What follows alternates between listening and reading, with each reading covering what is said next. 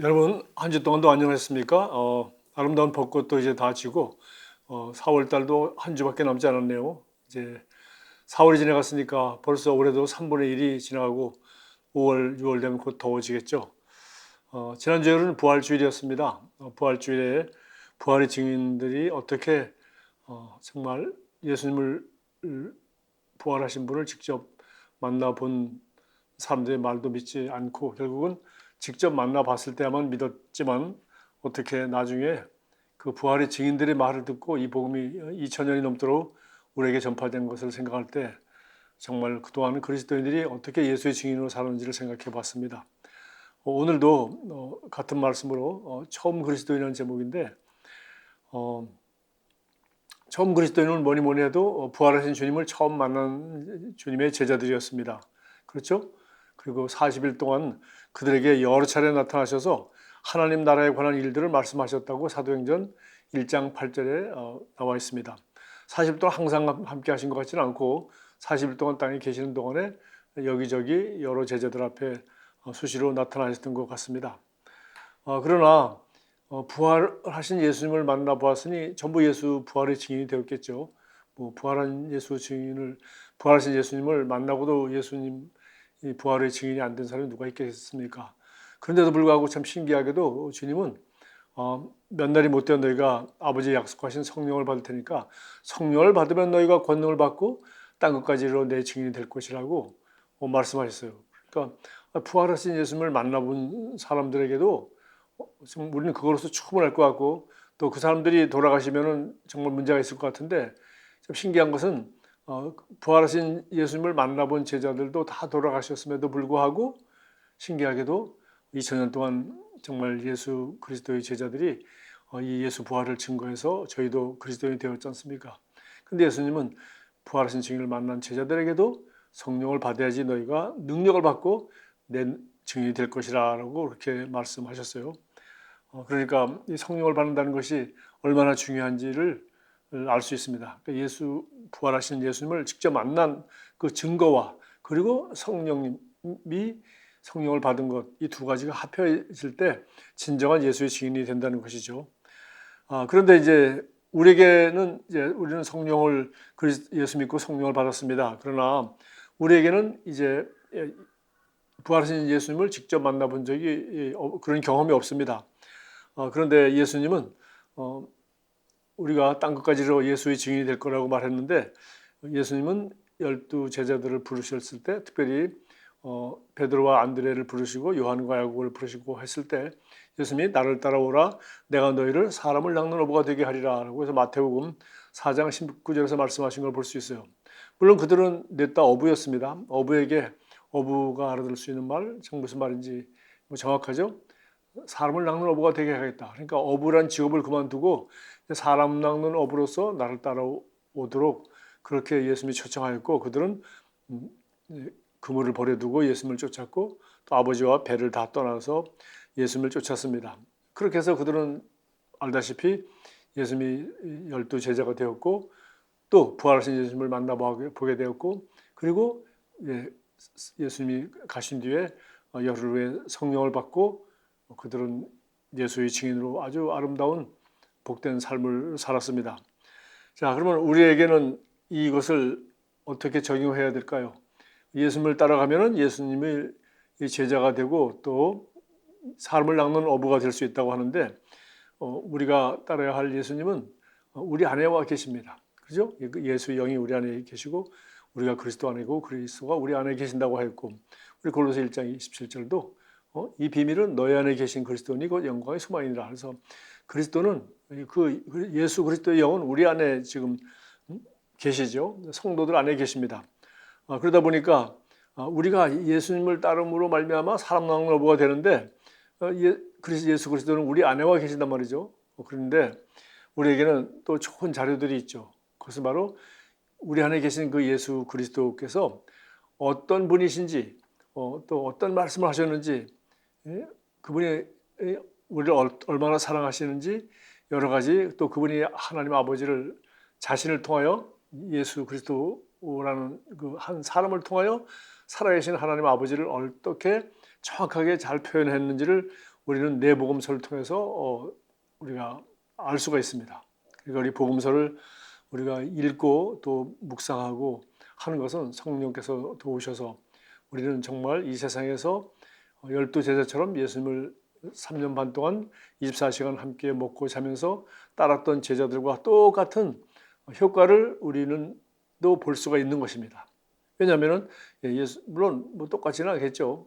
그들은 실제로 진짜 3년 반을 함께 하였지만 우리는 그런 시간은 없지만은 어쨌든 복음서가 4권이나 있고 또 이런 우리와 똑같은 상황이었지만 똑같은 상황으로 부활하신 예수님을 이런 식으로 만난 것은 아니면 직접 이런 식으로 만난 것이 아님에도 불구하고 사도 바울 같은 사람이 결국은 예수의 증인으로서 산 역사가 우리 내복음서 후에 나오는 신약성경 편지들로 구성되어 있습니다. 그리고 또 이제 우리 복음서와 이 편지들, 그러니까 신약성경을 우리가 잘 묵상하고 그것을 잘 읽으면은 우리는 예수님을 따르는 제자가 되어 예수님께서 말씀하신 대로 사람 낚는 업으로서 훈련을 받을 수가 있습니다. 그러니까 사람 낚는 업으로서 훈련하는 교범이 바로 신약성경이라고 볼 수가 있겠죠. 뿐만 아니라 요한복음 14장 26절에 예수님은 이렇게 말씀하셨어요. 보혜사 곧 아버지께서 내 이름으로 보내실 성령 그가 너희에게 모든 것을 가르치고 내가 너희에게 말하는 모든 것을 생각나게 하시리라. 그래서 이제 우리 안에 계신 그리스도를 우리가 알고 또 이 복음서와 신약성경들을 읽으면서 예수님을 잘 알고 또 성령님의 도움으로 말미암아 여기 이 말씀에 기록된 것 이외에도 주님은 항상 우리에게 그 깊은 의미를 읽을 때마다 우리가 이 말씀을 묵상할 때마다 또 우리가 살아가면서 나이가 들면 다양한 상황을 만날 때마다 성령님께서 주님의 말씀을 생각나게 해주시고 그렇게 하신다고 했습니다. 자, 그렇게 해서 우리는 예수님을 따름으로 우리는 예수의 좋은 증인이 될 수가 있습니다. 사람 낚는 어부가 될 수 있죠. 드디어 사람을 낳는다는 것은 다른 사람도 그리스도인으로 그리스도의 제자로 우리가 만들 수 있는 능력이 예수님을 따름으로 또 예수님께서 어떻게 사람 낚는 어부로서 역사하셨는지 그리고 제자들이 어떻게 예수님의 제자가 되었는지를 우리가 이 신약성경이라는 참 좋은 책을 통해서 알 수 있고 또 성령께서 우리가 성경을 읽을 때 유효하게 되는 구체적인 질문들을 우리가 가지고 있는 의문이나 우리가 잘 궁금한 것들을 다 가르쳐 주시고 생각나게 해주신다고 했습니다. 그러나 이제 두 번째로 중요한 것은 바로 성령의 능력이죠. 부활하신 예수님을 만난 증인임에도 불구하고 우리로서는 그것만 충분할 것 같은데 그들에게도 그것이 부족하다고 생각하시고 예수님은 예루살렘을 떠나지 말고 아버지 약속하신 것을 기다리라고 했어요. 그래서 바로 성령님이었고 성령이 오시면 너희가 권능을 받고 땅끝까지 이르러 내 증인이 될 것이다. 그렇게 말했죠. 그래서 성령을 받는 것이 이렇게 중요한 것이라는 것을 알 수가 있습니다. 그래서 성령은 한마디로 예수를 증거할 수 있는 그런 능력이 될 수 있다는 겁니다. 성령을 받은 사람은 예수를 증거할 수 있는 능력. 그래서 능력하면 우리는 예수님처럼 예수님은 가는 곳마다 사람들이 많이 모여들었습니다. 왜냐하면 말씀도 들으려고 하지만 사실은 놀라운 기적들, 특별히 치유 역사가 많이 일어나고 하니까 수많은 아픈 사람들이 구름대처럼 몰려든 것을 알 수 있습니다. 그런데 우리는 성령은 받았지만 우리가 이렇게 그런 치유 사역이 예수님처럼 잘 나타나지 않음으로 말미암아 우리는 병 고치겠다고 아픈 사람들이 몰려들지도 않고 또 요새 세상에 뭐 그런 권능도 우리가 잘 나타나지 않을 뿐만 아니라 실제로 이제 아픈 사람들은 2000년 전에 비해서 이제는 병원도 있고 뭐 건강도 하기도 하고 잘 먹기도 하고 오래 살기도 하고 여러 가지 뭐 의료보험도 있고 해가지고 실제로 뭐 아픈 사람들이 병을 낫기 위해서 무슨 불치병이라든가 특별한 것 아니면은 하나님께로 혹은 교회로 믿는 사람에게 찾아와서 기도해달라고 하지 않습니다. 어쨌든 간에 성령의 능력은 정말 예수님처럼 우리도 그 치유의 역사로 혹은 떡 5개와 물고기 2마리로 5,000명을 먹이는 그런 놀라운 기적의 역사로서 성령의 역사가 우리 삶 가운데 있다면 사람들이 많이 몰려오고 또 우리는 예수를 쉽게 증거할 수 있지 않겠나 그런 생각들을 해보지만 그거는 뭐 그런 믿음을 가질 수는 있죠. 그러나 현재 우리가 실제적으로 그리스도인으로서 이 세상에서 예수의 증인으로 살아가는 데는 지금 현실적으로는 우리에게 뭐 불가능한 건 아니지만 우리가 자주 접할 수 있는 그런 내용들이 전혀 아니죠. 그런데 성령을 받으면 권능을 받고 땅 끝까지로 나의 증인이 될 것이다. 조건은 하나밖에 없어요. 성령을 받기만 하면 예수의 증인되는 능력이 있다는 것인데, 그것이 치유라든가 기적이라든가 이런 것 같이 예수님이 행했던 그런 표적, 혹은 바울이 행했던 표적, 베드로의 그림자만 지나가도 병이 나았다고 하는 표적, 바울이 손수건만 갖다 놔도 병이 나았다고 하는 표적, 그런 표적들이 우리에게도 따르고 했다면 얼마나 좋겠습니까만은, 그것이 따르지 않는 건 아니지만은 우리가 그런 식으로 복음을 증거하는 일은 우리가 생각보다 그렇게 흔하지도 않고, 또 그런 믿음을 갖기도 쉽지 않습니다. 또 베드로나 바울에게도 늘 그런 일이 있었던 게 아니고 몇 번 그런 일이 일어났으니까 특별한 기적으로 그런 것을 기록해 놓지 않았겠어요? 그런데 그러면 도대체 이 성령을 받으면 너희가 나의 증인이 된다고 하는데, 성령을 받으면 도대체 우리가 어떻게 예수의 증인이 될 수 있을까요? 저는 여기 로마서 5장 5절 말씀 너무 잘 아는 말이죠. 소망이 우리를 부끄럽게 하지 아니하면 우리에게 주신 성령으로 말미암아 하나님의 사랑이 우리 마음에 부은 바 됨이니. 그래서 사실 영혼을 구원하고 사람 낳는 어부가 되고 예수님이 증인이 되는 것은 무슨 능력이 있어야 되는 것이고, 또 성령을 받아야 되는 것이고, 또 표적이 나타나야 되는 것이고, 하나님 말씀을 잘 증거해야 되는 것이고, 이런 거 다 좋긴 좋은 것인데, 사실은 이것은 다 구체적인 그냥 지엽적인 방법에 지나지 않습니다. 성경을 읽어보면 한마디로 말해서 하나님이 우리를 사랑하셔서 독생자 예수를 주시고 우리를 구원하셨어요. 그것이 하나님께서 하신 일이고 아들 예수가 오셔서 하신 일이고, 성령님께서도 바로 이 하나님의 사랑과 예수 그리스도의 구원을 확증하는 일이 바로 성부, 성자, 성령이 하는 일입니다. 근데 하나님 아버지와 아들 예수가 이 모든 일을 다 해놓고 성령님도 우리를 도와주시려고 기다리고 있지만, 우리는 하나님이 우리를 사랑하셔서 독생자를 주셨다고 하는데, 우리는 잃어버린 영혼들을 사랑하셔서 우리 목숨을 주는 것이 아니라 독생자를 주셨다고 하는 예수 그리스도의 사랑, 하나님의 사랑, 예수님이 자기 목숨을 내놓기까지 사랑하신 그 사랑을 증거할 만큼 우리는 주님을 사랑하냐는 거죠. 성령을 받으면 너희가 권능을 받고 나의 증인 될 거야. 성령 받으면 그 성령이 뭐죠? 능력과 표적이 나타나시고, 그래가지고 그 능력과 표적으로 예수를 증거하고, 치유가 나타남으로 예수를 증거하는 거, 그런 것도 부분 중에 하나지만 결국은 우리가 사랑하는 것이라는 겁니다. 하나님의 사랑이 성령을 말미암아 우리 마음속에 부은 바 되기 때문에, 우리는 한 영혼을 사랑하기 때문에 그 영혼을 사랑하여서 그 사랑한 영혼을 사랑을 표현하기 위하여 우리가 그를 섬길 수 있고, 그에게 복음을 전할 수 있고, 그가 어떤 문제 때문에 예수를 못 믿는지, 또 그가 어떤 문제를 가지고 있는지, 그런 것을 가지고 함께 기도하면서 그에게 복음을 전할 수 있고, 그가 예수님을 영접할 수 있도록 도와줄 수 있고, 그리고 말씀과 성령의 능력으로 말미암아 마침내 예수 그리스도를 우리 생명을 경험하고 구원을 얻을 뿐만 아니라 치유를 받기도 하고, 또 가지고 있는 문제가 해결되기도 하고, 그 외 여러 가지 모든 문제가 기도함으로 응답받도록 우리가 도와줄 수가 있는 것입니다. 모든 것은 사실은 뒤따라오는 것이고, 결국은 우리가 하나님이 우리를 사랑하셔서 독생자를 내주었듯이 우리도 그러한 사랑을 성령으로 말미암아 성령이 우리 가슴에 부은 바 되었기 때문에, 하나님의 사랑이 성령 받았다는 것은 하나님의 사랑이 우리 가슴에 부은 바 되었기 때문에, 그 예수 그리스도의 사랑, 성령으로 말미암은 하나님의 사랑을 우리가 표현하는 도구로서, 표현하는 사람으로서 우리가 변화된다면, 그런 능력을 받는다면, 그런 능력으로 우리가 기능한다면 우리는 최고의 예수의 증인이 될 것입니다. 자, 고린도후서 5장 14절 15절도 이것을 좀 더 깊이 있게 설명했습니다. 그리스도의 사랑이 우리를 강권하시는도다. 자, 성령을 받아야, 너희들이 부활한 나를 만난 것 가지고도 너희들은 증거하는데 충분하지 않아. 왜? 자기 확신이 있죠. 분명히 봤습니다. 난 예수님과 함께 밥을 먹었습니다. 예수님의 못자국난 손도 내가 만져봤다니까요. 인증사실에도 한다 하더라도 그거 가지고는 안 된다는 겁니다. 뭐라고요? 성령을 받아야 된다. 왜 성령을 받아야 되냐?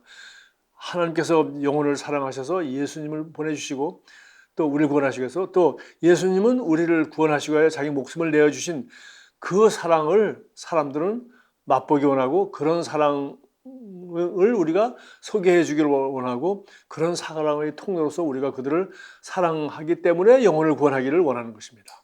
그래서 하나님이 사랑이 우리를 강권하신다. 바울이 한 말입니다.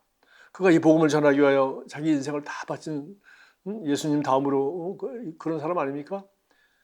근데 왜 그가 이렇게 이 복음을 전하기 위해서 온 세상 다니면서 그 고린도후서 6장에 나와 있는 그런 고난들을 인내하면서 그런 고통을 참아가면서 그렇게 복음을 전했을까요? 하나님의 사랑이 그를 강권하였다고 말했고 그 하나님의 사랑의 근원은 바로 성령을 받은 사람, 즉 성령이 바로 그 사랑의 근원이라는 것을, 사랑의 능력이라는 것을 알 수 있습니다. 그리스도의 사랑이 우리를 강권하시는도다. 우리가 생각건대 한 사람이 모든 사람을 대신하여 죽었은즉 모든 사람이 죽은 것이라. 이것이 하나님의 사랑이죠. 하나님의 사랑이 바로 독생자를 주신 것에 나타났고 또 예수님의 사랑이 한 사람, 예수 한 사람이란 한 사람이 모든 사람을 대신하여 죽었어요. 대신하여 죽어줄 수 있는 그런 사랑을 예수님을 실천하고 눈에 보여줬어요. 하나님의 사랑이시다. 말만 그런 것이 아니라 추상적인 개념이 아니라 하나님이 우리를 사랑하시기 때문에 영혼을 구원하시려고 자기 아들을 육신의 모습을 입고 사람과 똑같이 종의 형상으로 나타나셔서 죽기까지 순종하심으로 죽기까지 사랑하심으로 하나님 아버지에 대한 우리의 사랑을 예수님의 죽음이 확증하셨어요. 그러니까 한 사람이 예수 그리스도죠. 모든 사람을 대신하여 나를 대신하여 죽었고 내가 전도해야 될 그 사람도 대신하여 죽었은즉 모든 사람이 죽은 것이라. 그래서 그가 모든 사람을 대신하여 죽으심은 살아있는 자들로 하여금 모든 사람을 대신하여 그가 죽었으니까 우리는 죽지 않아도 되고 구원을 받게 된 거죠. 멸망치 않고 영생을 얻게 되었는데 살아있는 자들로 하여금 다시는 그들 자신을 위하여 살지 않고 저와 여러분이 살아있으면 살아있는 모든 사람들은 우리는 내 남은 인생을 내게 주신 아름다운 인생을 아름답고 풍성하고 놀랍게 정말 행복하게 살고 싶어 합니다. 예수님 말씀도 내가 온 것은 너에게 풍성한 생명을 얻게 하고 풍성한 삶을 얻게 하려고 오셨다고 했어요. 풍성한 삶이란 무엇입니까? 바울은 여기서 오늘 이렇게 말합니다. 살아있는 사람들이 풍성한 삶이 뭐냐 이거죠.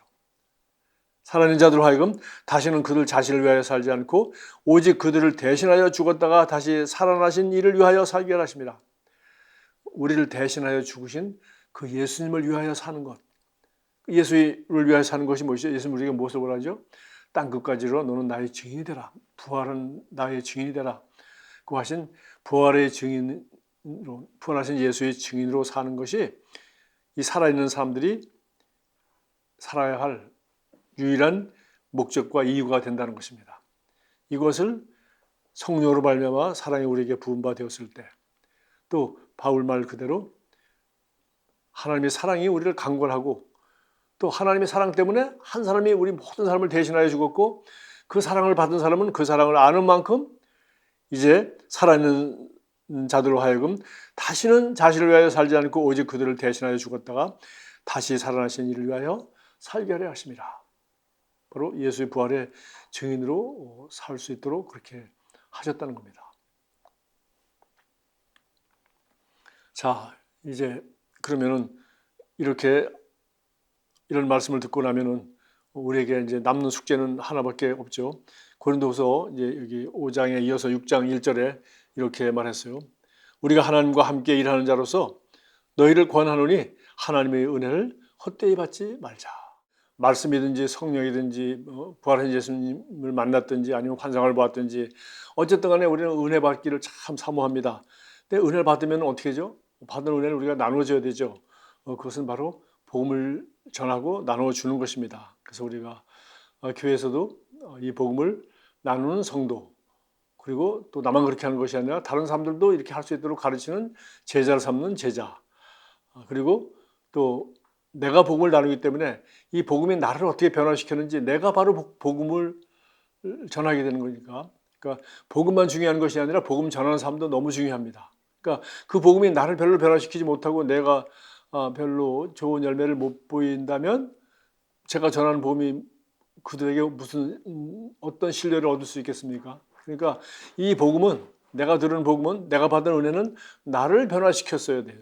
그래서 그 변화된 내가 가서 이 복음을 전할 때 드디어 성령께서 역사하시고 그 사람들도 나를 믿고 내 말에 더 그만큼 권세가 실리는 것이죠. 그래서 우리가 하나님의 은혜를 헛되이 받지 말려면은 자꾸 은혜를 사모하고 성령만 받으려고 하고 뭐 성경만 연구하고 말씀만 더 깊이 연구한다고 되는 게 아니라 나가서 복음을 우리가 나눌 때 드디어 성령님이 역사하는 것입니다.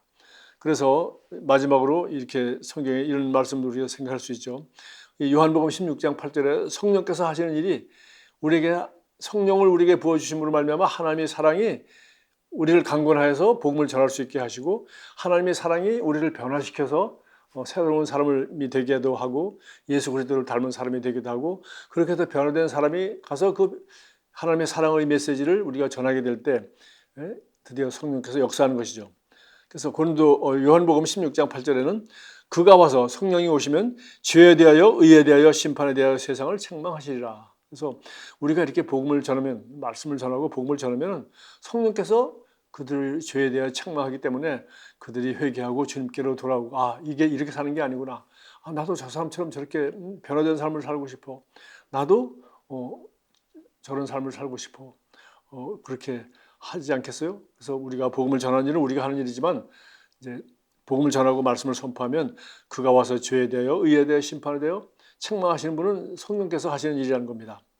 또 유명한 규절이 하나 있죠. 마가복음 16장 20절 제자들이 나가 두루 전파할세. 나가서 그들에게 사람을 만나서 말씀을 전할 때 주께서 함께 역사하사 그 따르는 표적으로 말씀을 확실히 증언하시느라. 그러니까 우리는 말씀을 전하고 이 복음을 우리는 받아들이고 복음이 나를 변화시켜서 변화된 사람이 나가서 이 복음의 진리를 내가 경험한 내가 믿는 예수를 증거하게 될 때 그리고 우리가 당연히 말씀을 가지고 증거하죠. 한 구절이라도 말씀을 가지고 증거한다면 하나님께서는 성령님으로 말미암아 함께 역사하셔서 표적을 주심으로 이 말씀이 진리라는 것을 확신시켜 주도록 하는 역사는 성령께서 하신다는 거죠. 그러니까 우리가 이렇게 말씀을 전하고 나면 드디어 성령님이 나머지 알아서 역사하는 거죠.